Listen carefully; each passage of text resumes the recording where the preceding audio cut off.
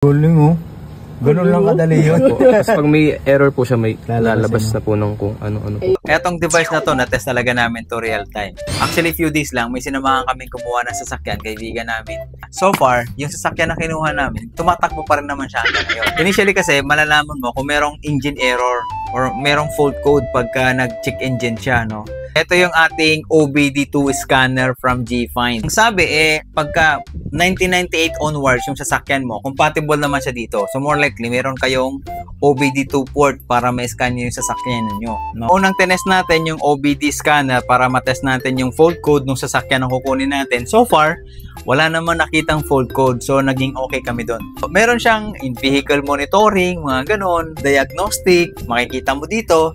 Tapos yung kanyang oxygen sensor, importante rin yun. Kagandahan nito kung wala kang battery tester, matetest mo dito yung battery mo, no? Yun, so honestly, inaaral ko pa yung mga ibang data dito or yung mga configurations kasi wala pa akong masyadong idea. Hindi naman ako technician, no? Pero magkakaroon na tayo ng idea, mapapadali na yung buhay natin dahil meron tayong ganito, no? Kung gusto nyo mag-check out nitong device natin, nandyan sa baba yung link nito, check out nyo na lang.